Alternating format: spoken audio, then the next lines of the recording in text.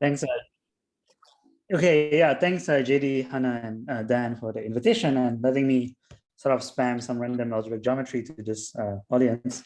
So yeah, so I want to talk about this motivic spectral sequence and rational geometry.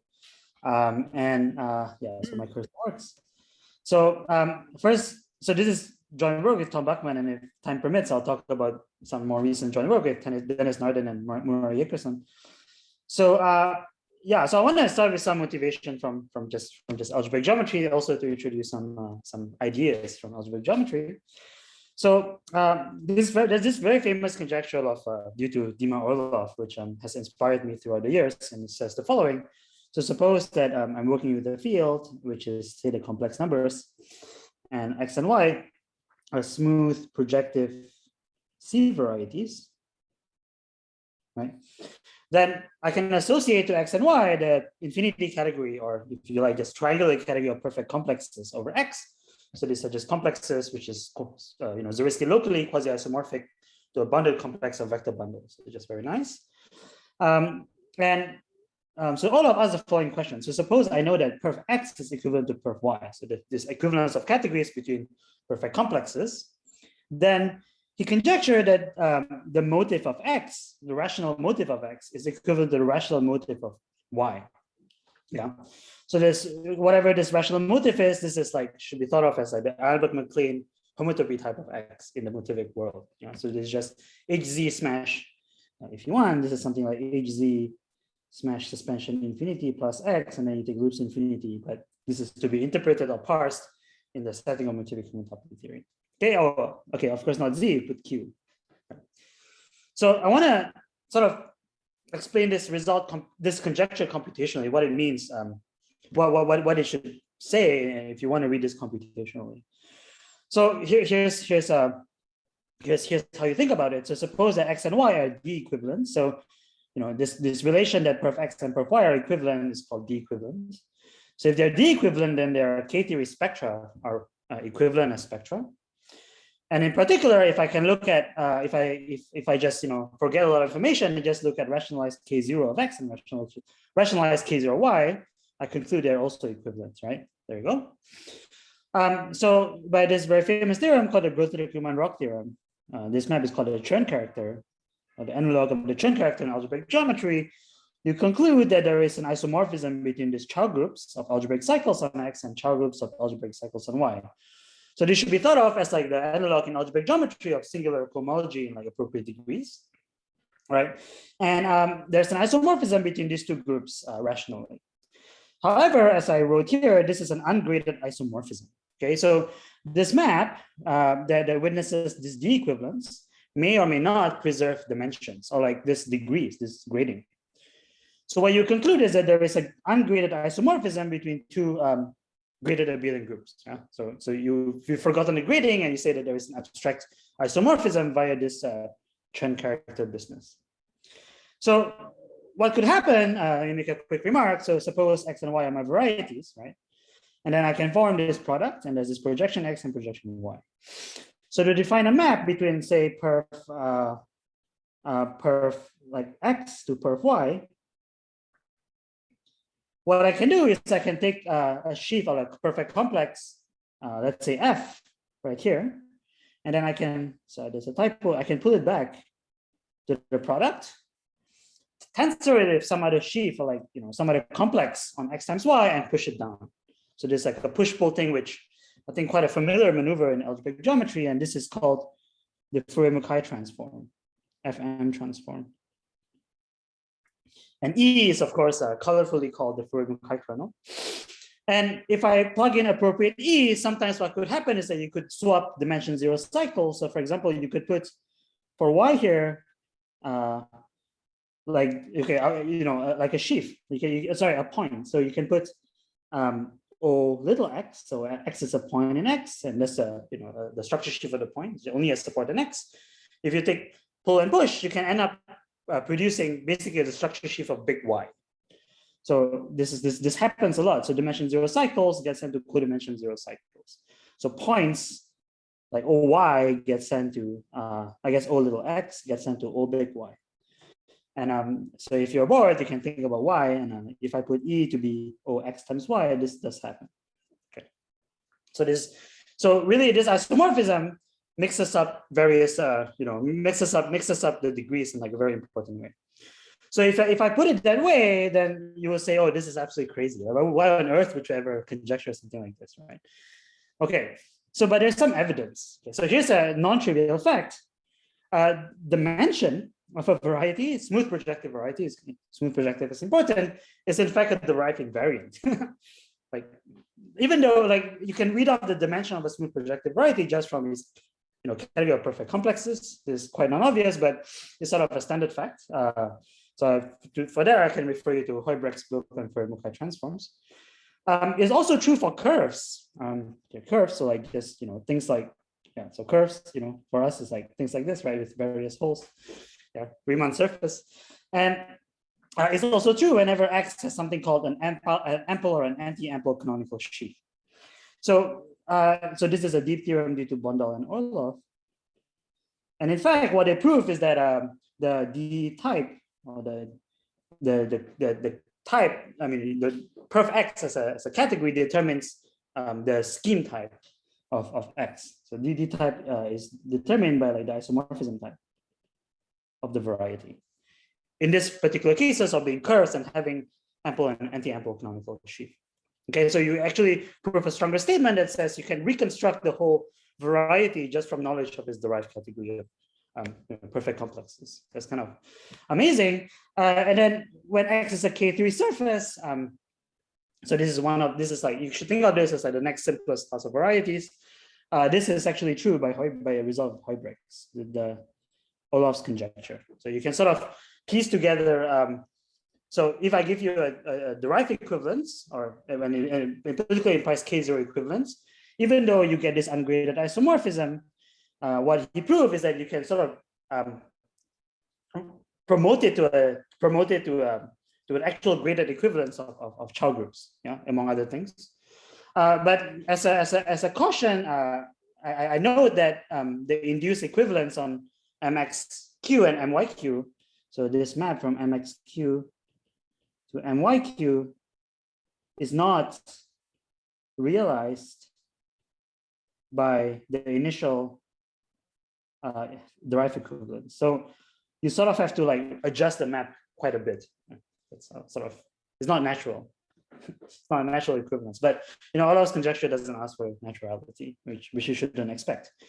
And there's also this very famous conjecture of Kawamata, which asks the following, and this sort of lets me introduce this notion of birational equivalence, which is in the title of my talk. So let me remind you, if X and Y are, say, smooth varieties over a field,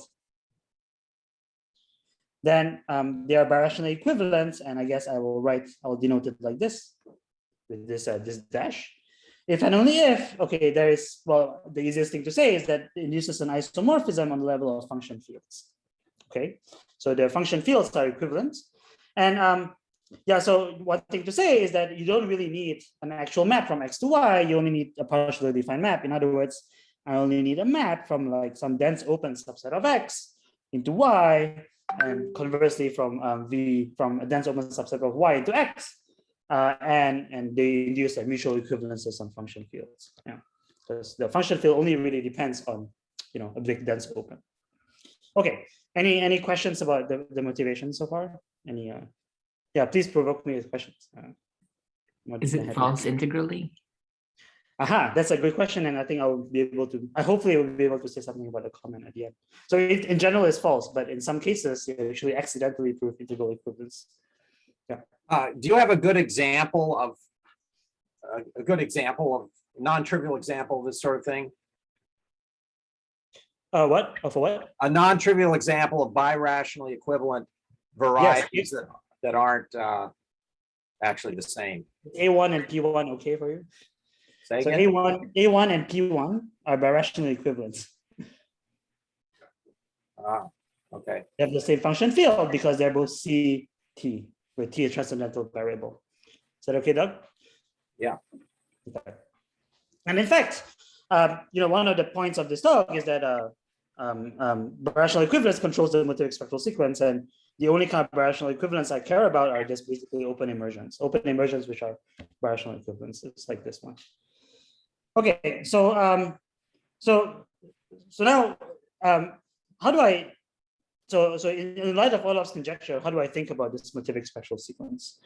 Well, so the motivic spectral sequence or the psi spectral sequence, they are like the same, just different names. Goes like this: the E2 page goes from this motivic cohomology groups into this algebraic K-theory groups of X. And the display is, I've been told that if I display like this, I'm like a bit crazy, but I've been too used to like displaying it like this. Yeah, so and apparently if I display like this, it's like some D3 page or something. Okay, anyway, so yeah, for me, this is the E2 page. And yeah, so the groups line up like this. So on this y-axis, right, you have this H00, H11, H22, so and motivic cohomology. And if you're familiar with these things, this is some kind of Milnor K group, especially when X is a field. And then this this 2NN part is like the Chow groups. And the differential goes like this, okay? So I talked about how, yeah, so well, these are the people who are responsible for this motivic spectral sequence. So initially, Bloch and Lichtenbaum, had a proposal for this motivic spectral sequence, but there were gaps in their construction. So relying on Bloch-Lichtenbaum, Friedlander Suslin constructed a spectral sequence for variety. So these guys only did it for fields. And then Mark Levine, repaired some of these gaps and made the actual motivic spectral sequence. And Voevodsky used the psi spectral sequence to incarnate the actual motivic spectral sequence. Yeah, so that's sort of the little history of this gadget. So this is just put E2IJ. Yeah. Okay, so that's how the motivic spectral sequence looks like. So in light of Olaf's conjecture, or rather, in light of the motivic spectral sequence, Olaf asked, to what extent does the E infinity page of the spectral sequence determines the E2? I guess rationally. Right. So that's basically the question. Okay. So one of the things I want to talk about today is how there is actually some geometry hidden within the construction of the motivic spectral sequence that Tom and I discovered. So let me remind you of how the motivic or the slice spectral sequence is constructed. So so the construction. So recall that the motivic spectral sequence comes from a tower of motivic spectra. So if I give you a motivic spectrum E, and the only example I care about for this talk is really KGL, motivic spectrum representing algebraic K theory, then there is there is this F0 E, F minus 1 of E, dot, F1 of E, and so on. So how do I make this how do I make this various FJs? Well, I do the following. So I look at the category of effective motivic spectra.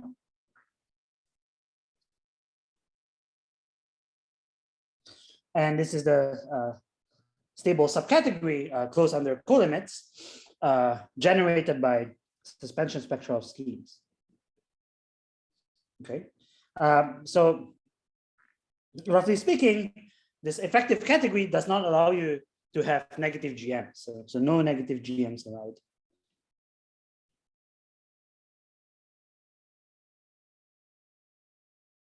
Right, so you can only take the scheme and then suspend by GM in the positive direction, although you're allowed to suspend in the S1 direction, like in any way you want. So this is the full subcategory of SHK. And now you can sort of suspend. So you can take suspension n of GM of SH effective of K, and maybe the notation these days is SH effective K twist by N, something like this, where you take the objects here and then you suspend this by GM, and N is allowed to be possibly negative or whatever.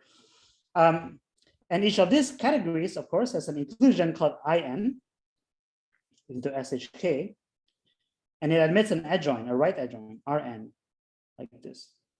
And this Fn E is defined to be, you cut first, Rn. So you go to this N effective guy, and then you take IN. Right, and then it fits into this tower, which I think a lot of participants in this seminar have worked with very intimately. Okay, so to construct the motivic spectral sequence, which is the slice spectral sequence, which is the same as the slice spectral sequence for KGL, we need to do the following, or we need to know the following, okay? So I can we define Sn of E to be the cofiber of Fn plus 1E into Fn of E. Okay, so these are the so-called slices. And by formal reasons, or by so-called motivic Bott periodicity, it's not that formal, but it's also quite standard. We know that the n slice of KGL is determined by the zero slice, so suspension 2nn of S0 of KGL. Okay. So if you want, this is like S1 smash GM smash n times, and then you smash with S0 KGL. So the slices, the layers, and or the thing that determines the E2 page of the motivic spectral sequence is purely determined by the 0th layer of KGL. So at this point, you already know that we have a spectral sequence that goes kind of funny. EPQ2 is like S0 KGL with some grading minus Q going to K of like minus P minus Q of X. Okay. But of course, this is like, okay, of X. This is like a kind of silly thing to write down. We really want to know what on earth S0 KGL is, right, before we can even hope to compute. So then, so by the way, so this story, this retelling of the motivic spectral sequence is really due to Voevodsky. And right, so we want to know, so we then want to prove that the 0th slice of KGL is Hz, where this Hz is the spectrum representing motivic cohomology. In fact, there is a slightly stronger statement that will imply this, namely, the 0 slice of the motivic sphere spectrum is Hz. The statement being that the 0 slice of KGL and the 0 slice of the sphere is the same. That's not as hard. But what is central to this whole program of constructing the motivic spectral sequence then becomes this claim. Okay, so this claim has since been proved. So theorem.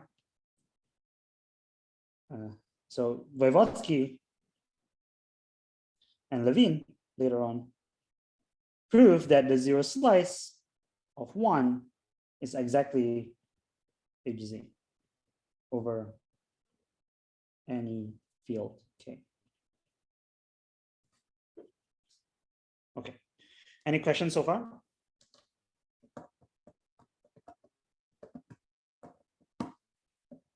Okay, so I want to present a new proof of this theorem.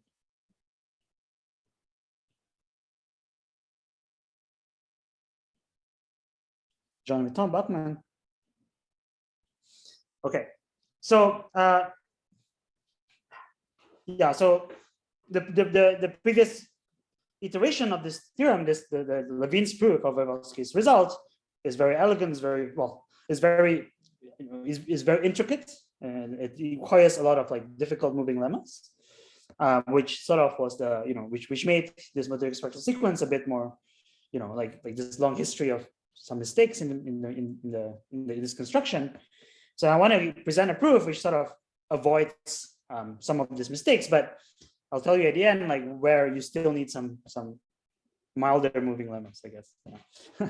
Okay, so here's a new proof, and it's based on Motivic infinite loop space theory.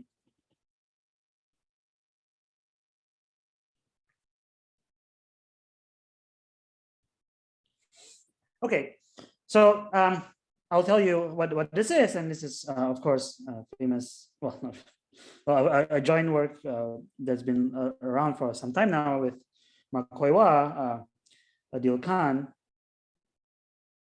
Bovasos Nilo, and Murray Yekerson, and also based on and also requires heavy input from Ananievsky,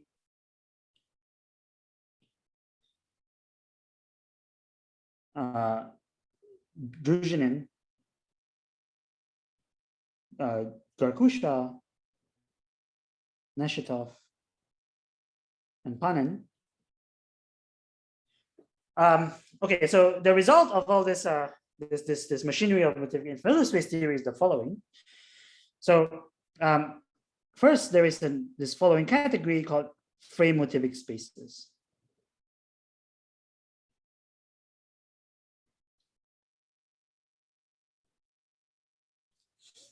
Okay, and this should be thought of as this should be thought of in topology in analogy with E infinity group like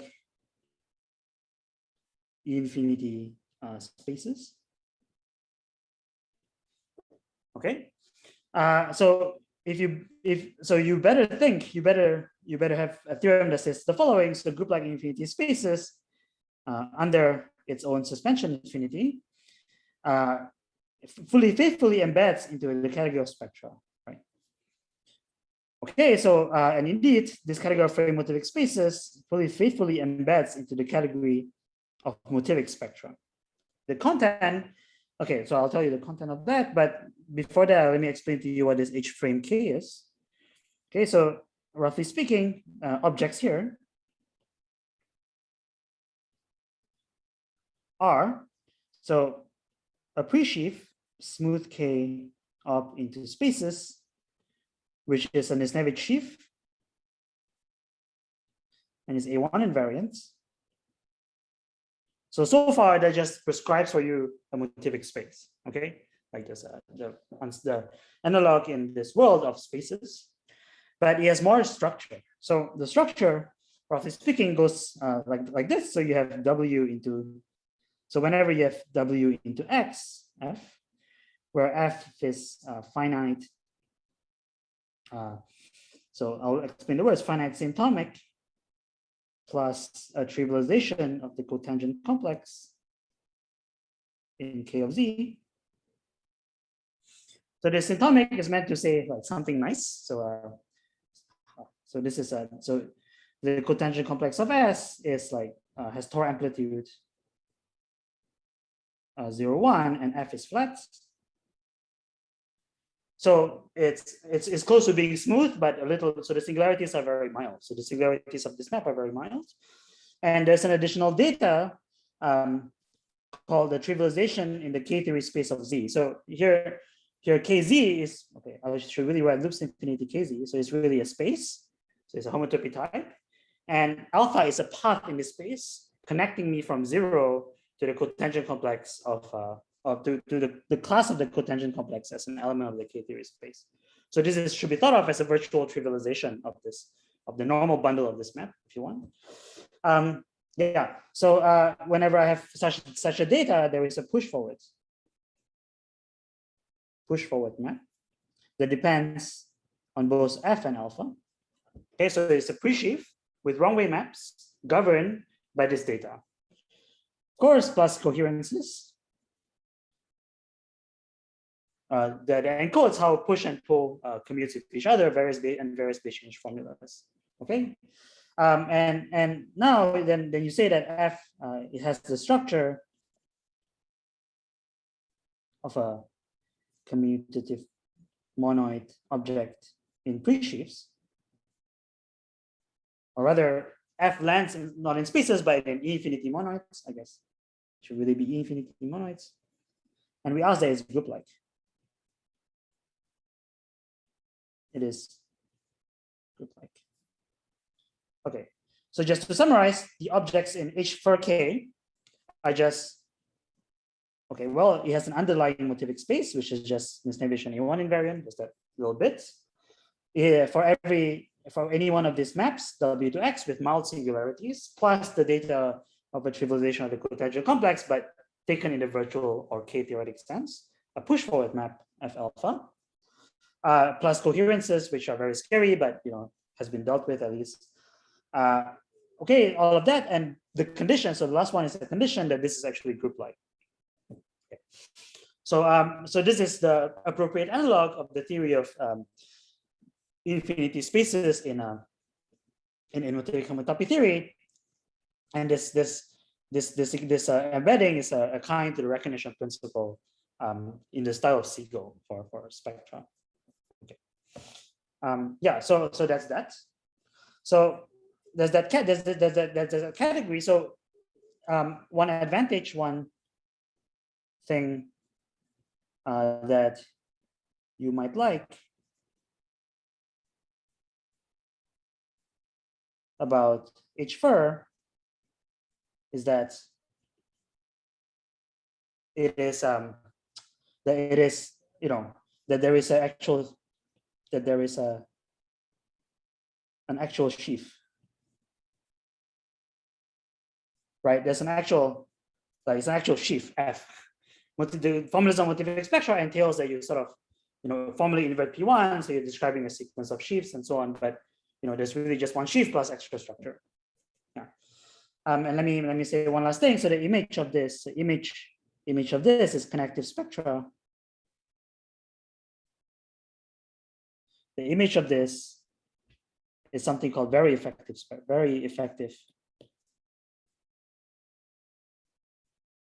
motivic spectra. Okay. There's just some analog of connective spectra, which is not that important to sort of know what exactly it is.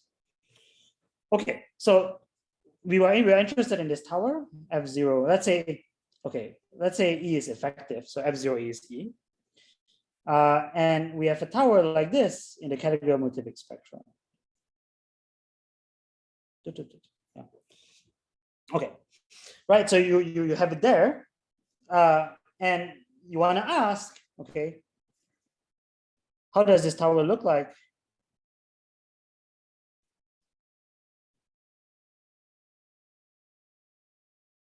In H-fur.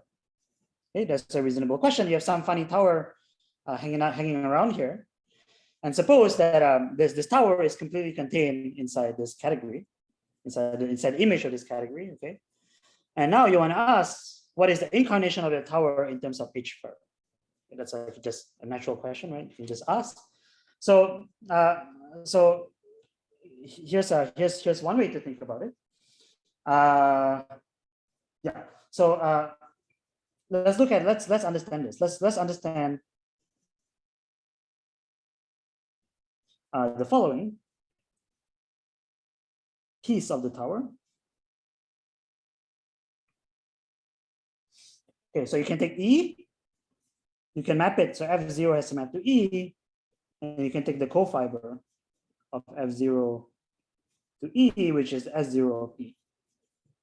So let me ask a more elementary question. What does this map look like? How does this map look like when I translate it over to frame motivic spaces? So here's an example. Okay, so I can take X as smooth scheme over a field, and then I can take U inside X, which is open, and which is an open inversion. Okay, so as Doug asked, like, here's an example, A1 to P1. That's like a very simple example. So now, so observe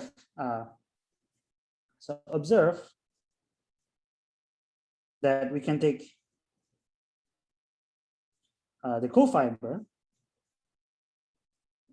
in, say, motivic spaces. Okay, so you can take U mapping into X. You can take the cofiber in the category of motivic spaces. And this Morel-Verbotsky purity theorem exactly tells you what this is.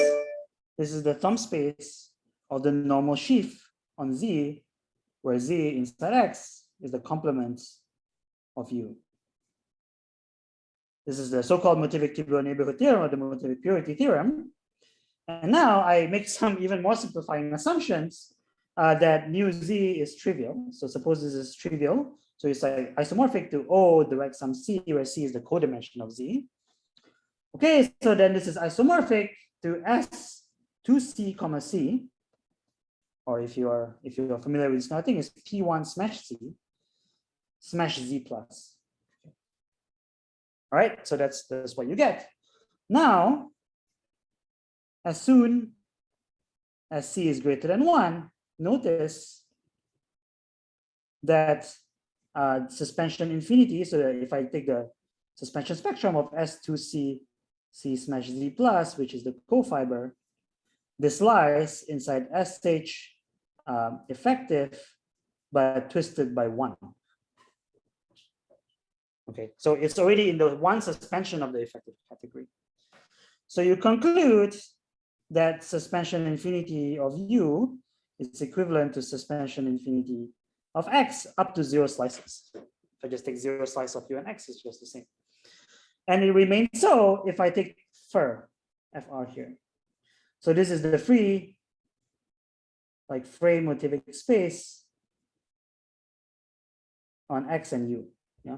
So inside this H4 category, there is a functor there's the Uneda functor, but I'm going to call it FR as a functor applied on these schemes. Okay, so you see that slices has some interaction with birational geometry. So to formalize all of that, here's the definition. So suppose that U inside X is an open immersion in smooth schemes, then, so J is the name, J is said to be birational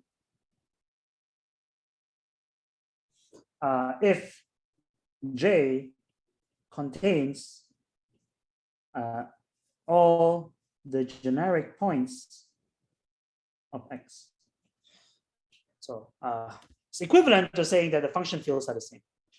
Okay, but this language of generic points that help me sort of interpret your higher slices, and I will explain it if I have time. Okay, so that's the definition. So I can do the following. So I define then I consider L0 bir this endofunctor. I'm going to define an endofunctor FRK mapping to HFRK. Okay, so this is the functor that inverts all UFR to XFR whenever J is birational. So I look at all birational maps from U to X. I look at them inside this frame motivic category, and I invert all of them. And by the formalism of Gauss field localization, such a functor L0 bir exists. Okay. Yes. So So by above discussion on this this thumb space stuff, if I take suspension infinity, so let me just, sorry, I forgot the notation, I guess. Yeah, so this functor is called, the functor in topology is called suspension infinity. So I'm going to write suspension infinity frame here. Yeah, just this fully faithful embedding. Wrong. So it's here, suspension infinity frame. We just call this fully faithful embedding suspension infinity frame. By discussion, suspension infinity frame of birational equivalences lies inside S0 equivalences. But S0 equivalence is the obvious thing. You just declare two maps to be equivalent if they're equivalent after taking 0 slice. Right? So here's a proposition. So if X is a frame motivic space, so this proposition is pretty much the effect that says this is basically equal. Then suspension infinity frame of X mapping to suspension infinity frame of L0 bare of X, yeah, is equivalent to S0 suspension infinity frame of X. So birational localization is the same thing as S0 localization. This is the main proposition. So yeah, so more generally, an open immersion U to X is the birational equivalence if I give you an X and X, and the codimension of X inside X is less than or equals to D, then X is in U. So zero birational is the same thing as birational. Okay, and the proposition says that suspension infinity frame of LD bare is the same as F less than or equals to D, or F, well, FD. Sorry. Yeah, I'm going to put F upper D.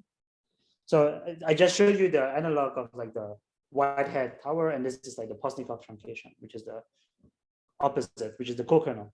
Yeah. Okay, so great. So now the upshot is that given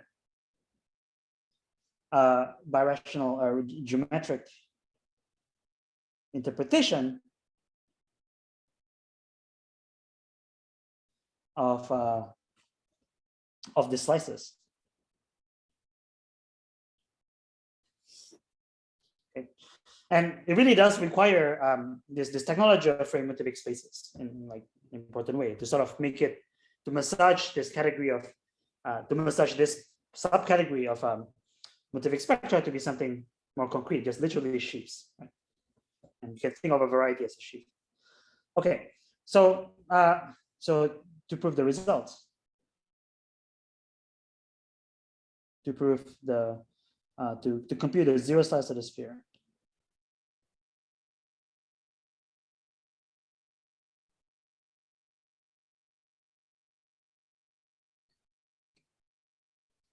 So I'm gonna draw a diagram, and then I'll explain what the diagram means. Yeah, so you have suspension infinity frame of point frame. I'm gonna go to here, called the degree, to suspension infinity frame of Z. I'm gonna factor it through something called suspension infinity frame of F flats. And I'm gonna explain this diagram. Okay, so so let me just use a different color. So I'm looking at the free framed motivic space on a point. So it's no longer the point, it's something slightly larger. If you unpack the definition, this as a pre-sheaf, an S points of point frame is the same thing as a finite sort of something called symptomic algebra. So it's literally a finite algebra over S. So let's say S is like spec R, like an affine scheme. So I'm just looking at R into T, which has some nice conditions, finite symptomic plus some trivialization alpha. So it's like so it's an algebra. So T is an R algebra, but as an R module, it's like finite. Okay, and well, it was also flat, but maybe that's beside the point. And it has a degree. Yeah, you can take the rank of this module. Just take it. And the target is Z, is a number. Now there's a little funny thing going on. I've taken frames of Z. So you can show that the pre-sheaf, the constant sheaf Z, that the sheafification of the pre-sheaf that sends every scheme to Z, actually has a structure of a finite frame, has a structure of this frame transfers. And this is to Mark-Hoywa. Okay, and roughly speaking, the push forward is just given by counting the by just degree, by just the degree of the morphism. Okay, you forget all the trivialization, and you just add elements, just the degree as a push forward. Okay, that's fine.